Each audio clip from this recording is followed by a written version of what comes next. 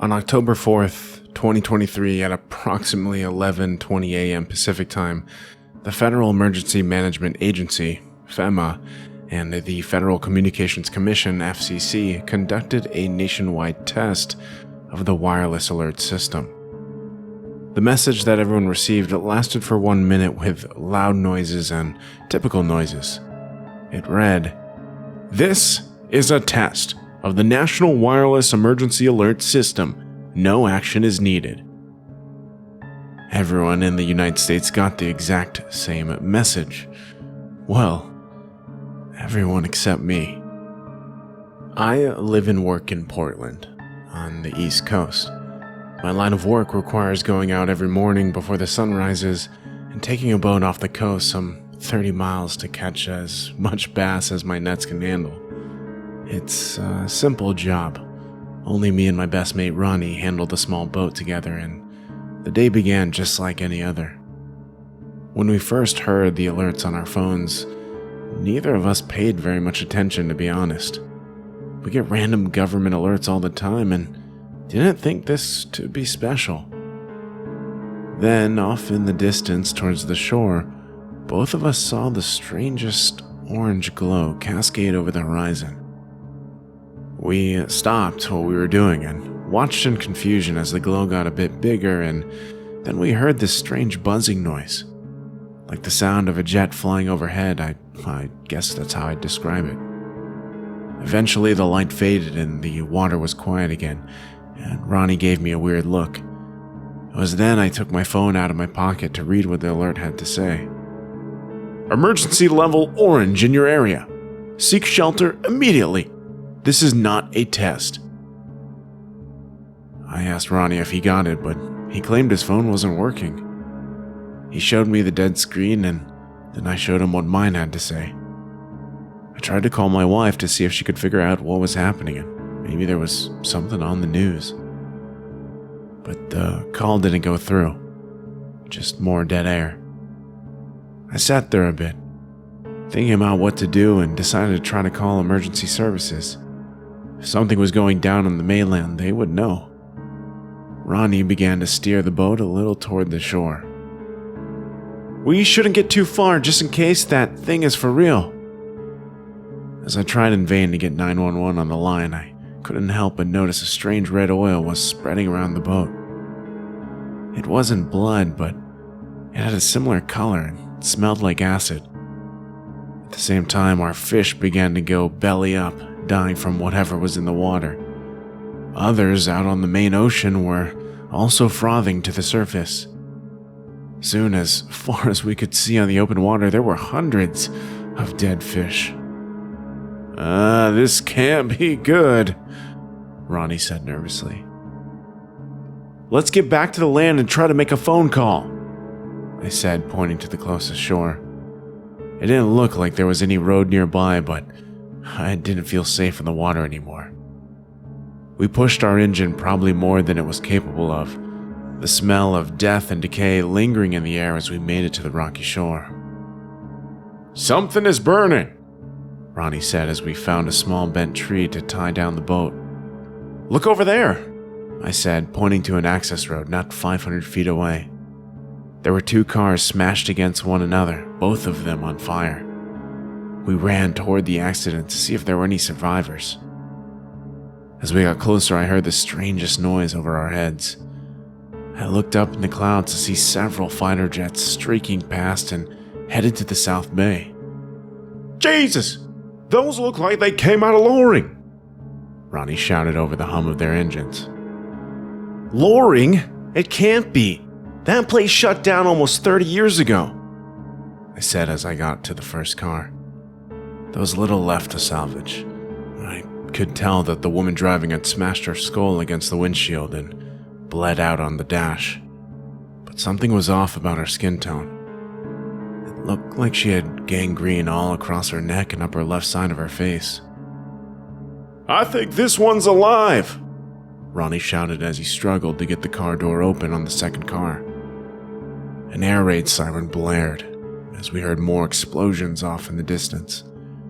This time it shook the ground and we saw what looked like an atomic cloud burst over the horizon. What the hell is happening out there? I asked aloud as I helped him get the door open. The man was gasping for air and clawing his way out to the green grass. It looked like most of his throat and chest had burned off, leaving only a smoldering husk that he somehow was breathing through. The man looked up at us and I saw that half of his face was also eaten away by the same gangrene. Then he lunged towards Ronnie, screaming like a wild chimpanzee and bit down hard on my friend's face. "Holy shit!" I shouted as I jumped back and searched for anything to stop the onslaught. The man we had just tried to rescue was attacking him with his nails and teeth, shrieking and growling as I used the piece of pipe to break them apart.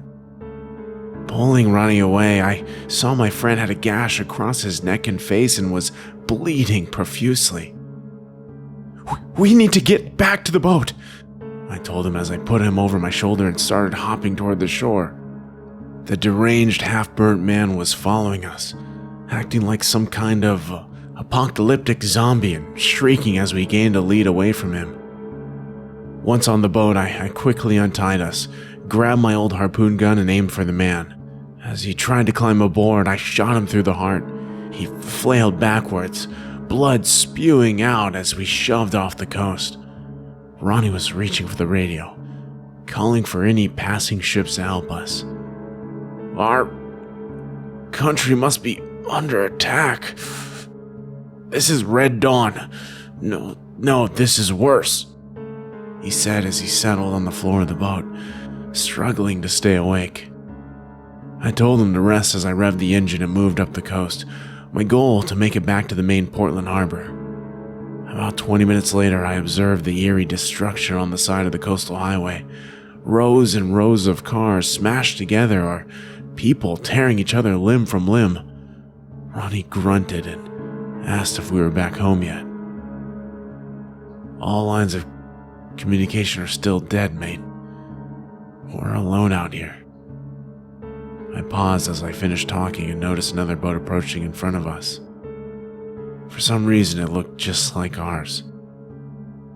I slowed the engine down and I tried to flash our beams to get their attention. They pulled up alongside.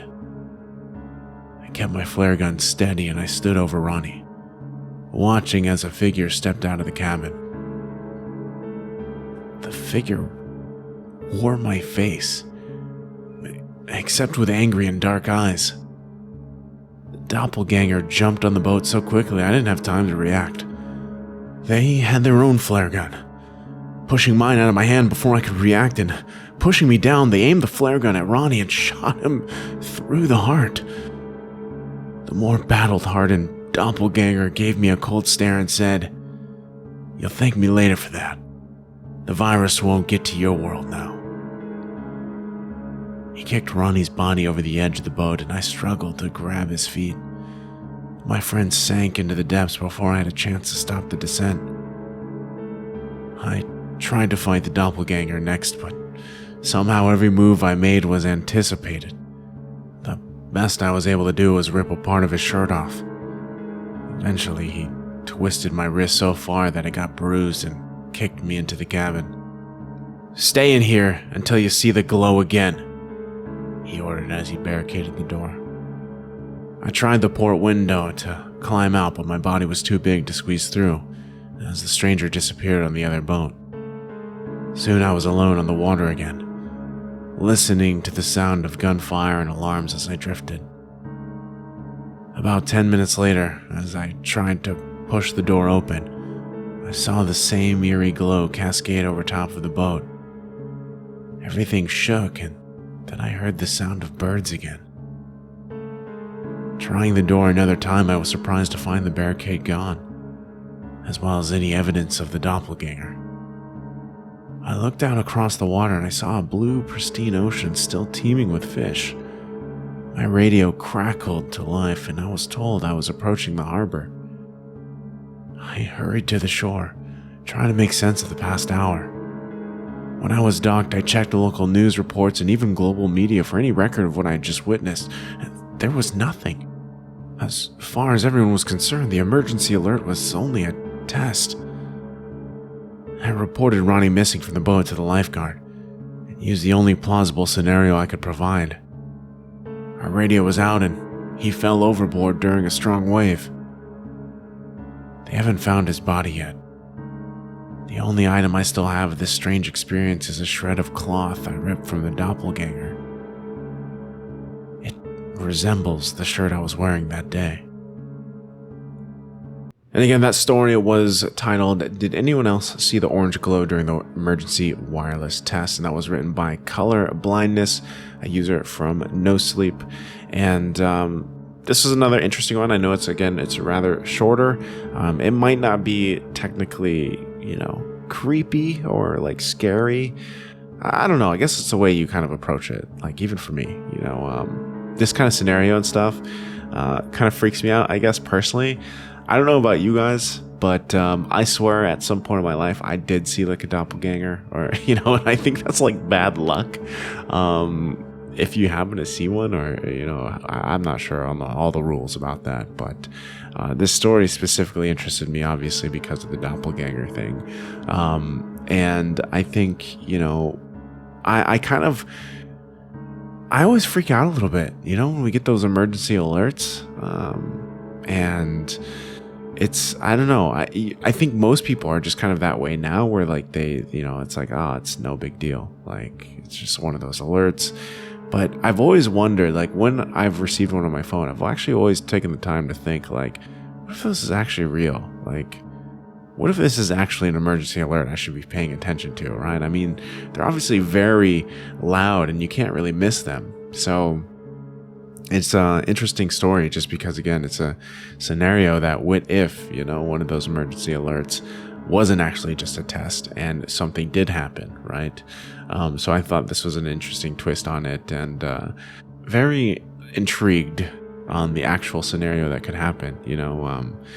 That alone is kind of scary, right? Especially if something big like this did happen, where obviously it had to resemble some nuclear type of explosion or something going on, and some virus breakout, that type of thing. I mean, I feel like there's a lot of people out there too that think like, oh yeah, I would be prepared for that, like even if it's the apocalypse or the zombies or whatever's going on. But in reality, I don't think any of us are going to be prepared, because we're probably most likely not going to be in the most ideal situation if that actually does happen, right?